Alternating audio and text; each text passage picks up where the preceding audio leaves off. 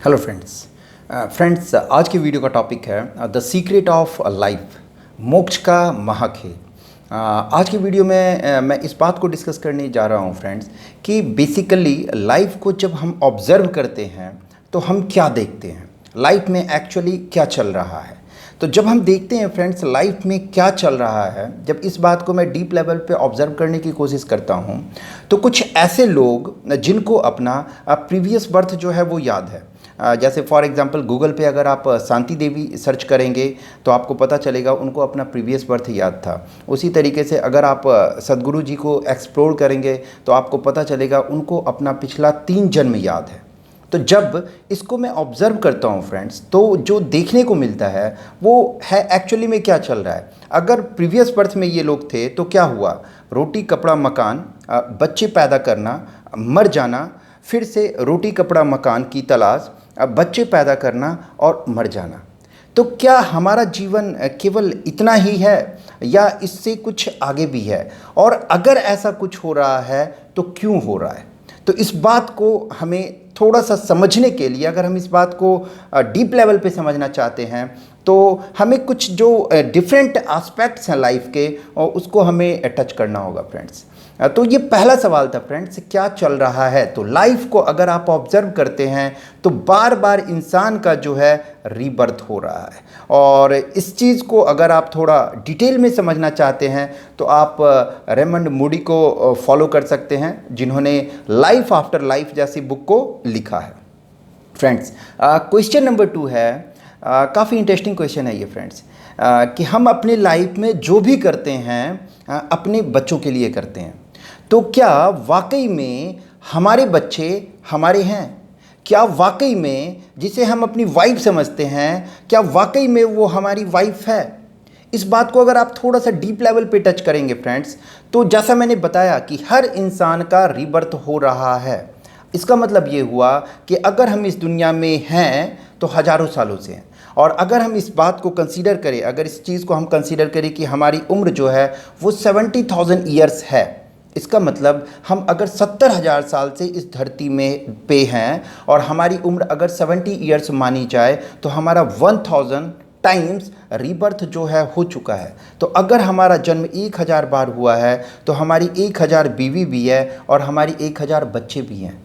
बस जो बात है फ्रेंड्स वो इतनी सी है कि हमें अपना पिछला 1000 जन्म या हमें अपना पिछला 10,000 जन्म याद नहीं है। अगर वो याद होता तो फिर हम बड़े डिलेमा में होते फ्रेंड्स, क्योंकि हमारे 1000 बच्चे होते और 1000 बीवियां भी होती। तो कहने का मतलब ये है फ्रेंड्स कि जिसे वाकई में हम अपनी बीवी समझते हैं वो हमारी बीवी नहीं है, जिसे हम अपना बेटा या बेटी समझते हैं ऐसा कुछ नहीं है। ये बंधन जो है ये कर्म का बंधन होता है, और हमारी यात्रा जो है वो मोक्ष की तरफ चल रही होती है। अब हम इस बात को समझने की कोशिश करेंगे फ्रेंड्स, जो सबसे इंपॉर्टेंट क्वेश्चन आता है कि ईश्वर ने इस दुनिया को बनाया क्यों। जो थर्ड क्वेश्चन है फ्रेंड्स, ईश्वर ने इस दुनिया को क्यों बनाया। अब इस चीज़ को जब हम ऑब्जर्व करते हैं फ्रेंड्स तो ईश्वर ने सबसे पहले पहाड़ बनाए। जब उन्होंने पहाड़ बनाया फ्रेंड्स तो पहाड़ जो है चल नहीं सकता था, पहाड़ जो है सोच नहीं सकता था, तो उन्होंने छोटे छोटे पत्थर बना दिए। अब पत्थर के अंदर मूवमेंट तो है, उसको आप एक जगह से दूसरी जगह मूव कर सकते हो, लेकिन ईश्वर को फिर भी मज़ा नहीं आया। तो फिर उन्होंने उसके बाद प्लांट बना दिया। प्लांट के अंदर फीलिंग तो है, उनके अंदर इमोशन तो है, लेकिन वो एक जगह से दूसरी जगह मूव नहीं कर सकते। उसके बाद उन्होंने एनिमल्स बना दिए। तो एनिमल्स के अंदर फीलिंग भी है, इमोशन भी है, वो एक जगह से दूसरी जगह मूव भी कर सकते हैं, लेकिन भगवान को इसके बाद भी उतना मज़ा नहीं आया। तो उन्होंने फिर इंसान को बनाया, सुपर सोल और सोल। सोल मतलब हम छोटे छोटे सोल उन्होंने बनाए अपने ही जैसा, जो उनकी तरह सोच सकता है, जो उनकी तरह ही हमारे अंदर कॉन्शियसनेस भी है। तो कहने का मतलब ये हुआ फ्रेंड्स कि ईश्वर ने इंसान को बनाया, एक ऐसी रचना उन्होंने की जो उन्हीं की तरह है और उनका काफ़ी छोटा रूप है, छोटा फॉर्म है। तो बेसिकली ये गेम जो है वो चल रहा है फ्रेंड्स, मतलब कॉन्शियसनेस का जो पीक लेवल है वो क्या है, वो इंसान है। अब हमें ये समझना होगा फ्रेंड्स, जो नेक्स्ट क्वेश्चन है कि हमारी लाइफ में सुख भी है दुख भी है। इसका मतलब है कि ईश्वर ने जब हमें बनाया तो हमारी लाइफ में सुख भी आ गया और दुख भी आ गया। तो क्वेश्चन नंबर 4 जो है फ्रेंड्स वो ये है, क्या हमारा सुख दुख ईश्वर डिसाइड करते हैं? अब इस बात को समझना होगा फ्रेंड्स कि ईश्वर जो है वो हमारा सुख और हमारा दुख ये डिसाइड नहीं करते हैं। उन्होंने इंसान को बनाया, उन्होंने कुछ रूल्स बना दिए, उन्होंने कुछ प्रोटोकॉल्स बना दिए। जो उस रूल और प्रोटोकॉल को फॉलो करेगा उसके लाइफ में सुख है, और जो उस रूल्स और प्रोटोकॉल्स को फॉलो नहीं करेंगे उनके लाइफ में दुख है। ये बिल्कुल वैसा ही है फ्रेंड्स, जैसे एक माँ के 2 बच्चे हैं, एक पीएन बन जाता है और एक प्राइम मिनिस्टर बन जाता है। माँ चाहती है दोनों प्राइम मिनिस्टर बने, लेकिन दोनों का प्राइम मिनिस्टर बनना माँ की इच्छा में नहीं समाया हुआ है, जबकि माँ का प्यार दोनों के लिए समान है।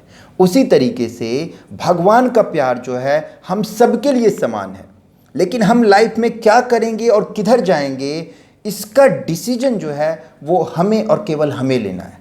मतलब ईश्वर ने हमें ये लिबर्टी दी है कि हमें धर्म के रास्ते पर चलना है या हमें अधर्म के रास्ते पर चलना है, हमें सही कर्म करना है या हमें गलत कर्म करना है। ये हमारी चॉइस होती है, ये हमारी मर्जी होती है फ्रेंड्स। जो नेक्स्ट क्वेश्चन है फ्रेंड्स, क्वेश्चन नंबर 5, क्या ईश्वर को हमारे सुख दुख से फर्क पड़ता है? ईश्वर को हमारे सुख दुख से फर्क नहीं पड़ता है फ्रेंड्स, क्योंकि ईश्वर को पता है जो रचना उन्होंने बनाया है, जो इतने सारे ऑर्गेनिज्म, वैरायटी ऑफ ऑर्गेनिज्म जो उन्होंने तैयार किए हैं, इन सब को उनके अंदर ही आकर के डिसॉल्व हो जाना है। इस बात को समझना होगा फ्रेंड्स। मतलब एक दिन ऐसा आएगा, जैसे जब हम सोलर सिस्टम की बात करते हैं, जब हम यूनिवर्स की बात करते हैं फ्रेंड्स, तो इसका जो एज है वो 13.7 बिलियन ईयर्स है। जब हम सन की बात करते हैं तो 4.6 बिलियन ईयर्स, और अगर हम अर्थ की बात करते हैं तो this is 4.5 billion years friends. तो कहने का मतलब ये हुआ कि ये पूरा का पूरा सिस्टम, एक समय ऐसा आएगा फ्रेंड्स जब ये पूरा का पूरा सोलर सिस्टम जो है यूनिवर्स में डिसॉल्व हो जाएगा।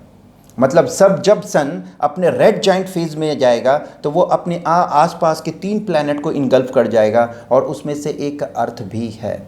तो ईश्वर को ये पता है कि इन सब की यात्रा, ये जितने भी चाहे वो प्लांट्स हैं, चाहे वो एनिमल्स हैं, चाहे वो ह्यूमन हैं, इन सब की यात्रा जो है उनकी तरफ ही है। इन सब को सुप्रीम कॉन्शियसनेस में डिसॉल्व होना है, आज ना कल। तो ईश्वर को ये पता है, तो ईश्वर को इस बात से कोई फ़र्क नहीं पड़ता है कि किसके लाइफ में सुख है और किसके लाइफ में दुख।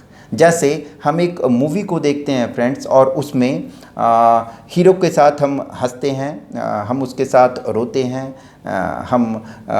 तो इस तरह की इमोशन जो है हमारे माइंड में लगातार आते रहते हैं जब हम किसी मूवी को देख रहे होते हैं। उसी तरीके से ईश्वर ने कुछ रूल्स बना दिए, कुछ प्रोटोकॉल्स बना दिए, और ये मोक्ष का जो है खेल वो चल रहा है। इसका मतलब है कि जितने भी प्राणी हैं, जितने भी ऑर्गेनिज्म है, चाहे आप उसको एनिमल्स बोले, चाहे उसको आप ह्यूमन बोले, ये सारे के सारे जो है आने वाले टाइम में सुप्रीम कॉन्शियसनेस में, सुप्रीम सोल में डिसॉल्व हो जाएंगे। जो नेक्स्ट क्वेश्चन है फ्रेंड्स वो ये है, मोक्ष क्या है? कैसे किसी को मोक्ष मिलता है? मोक्ष मिलने का जो है फ्रेंड्स 2 तरीका है। एक तो ये है, ये एक नेचुरल प्रोसेस है। मतलब हर रीबर्थ के बाद इंसान जो है वो इवॉल्व होता जा रहा है और मोक्ष के करीब हो रहा है। तो जब आप नेचुरल प्रोसेस में जब हम लोग जाते हैं, जब नेचर के थ्रू ये होता है तो इट विल टेक टाइम। लेकिन जब लोग जाग जाते हैं, है ना, जब मूर्छित अवस्था से वो जाग जाते हैं, जब वो इस खेल को समझ जाते हैं, तो वो जो ये जर्नी है इसको थोड़ा सा स्पीड अप कर देते हैं, इसके मोमेंटम को वो फास्ट कर देते हैं। तो वो सुप्रीम कॉन्शियसनेस में बहुत जल्द डिसॉल्व हो जाते हैं, जिसको हम लोग क्या बोलते हैं, मोक्ष। और जो लास्ट क्वेश्चन है फ्रेंड्स वो ये है कि मोक्ष जो है वो हमारे लिए क्यों ज़रूरी है? मोक्ष हमारे लिए इसलिए ज़रूरी है फ्रेंड्स कि जब किसी को कैंसर हो जाता है और जब डॉक्टर ये डिक्लेयर कर देते हैं कि अब इसे बचाया नहीं जा सकता, तो कैंसर का जो डेथ होता है फ्रेंड्स वो काफ़ी पेनफुल होता है। आप इसको ऐसे समझ सकते हैं कि 75 किलोग्राम का जो बॉडी होता है वो 25 किलोग्राम के बॉडी में कन्वर्ट हो जाता है। तो ये काफ़ी एक पेनफुल प्रोसेस है। उसी तरीके से रीबर्थ जो है वो काफ़ी एक पेनफुल प्रोसेस है। तो एक तरफ रीबर्थ है जो कि पेनफुल प्रोसेस है और दूसरी तरफ स्टेट ऑफ ब्लिस है। तो ये इंसान के कॉन्शियसनेस पे डिपेंड करता है कि वो पेनफुल प्रोसेस को चुनता है या स्टेट ऑफ ब्लिस को चुनता है। तो जो इंसान इस चीज़ को जान जाते हैं, समझ जाते हैं, वो स्टेट ऑफ ब्लिस को चुनते हैं और उसके बाद एक प्रोसेस पे वो लोग काम करना शुरू कर देते हैं, जिसके बाद उनका रिबर्थ नहीं होता है। तो फ्रेंड्स, ये हमारे जीवन का खेल है। तो इस तरीके से बेसिकली जो इसका नट सेल है फ्रेंड्स, वो ये है कि हर एक इंसान को सुप्रीम कॉन्शियसनेस में डिसॉल्व होना है और अपने कॉन्शियसनेस के लेवल को जो बढ़ाने की जो जिम्मेदारी, जो रेस्पॉन्सिबिलिटी, जो पावर है, वो केवल इंसान के पास है।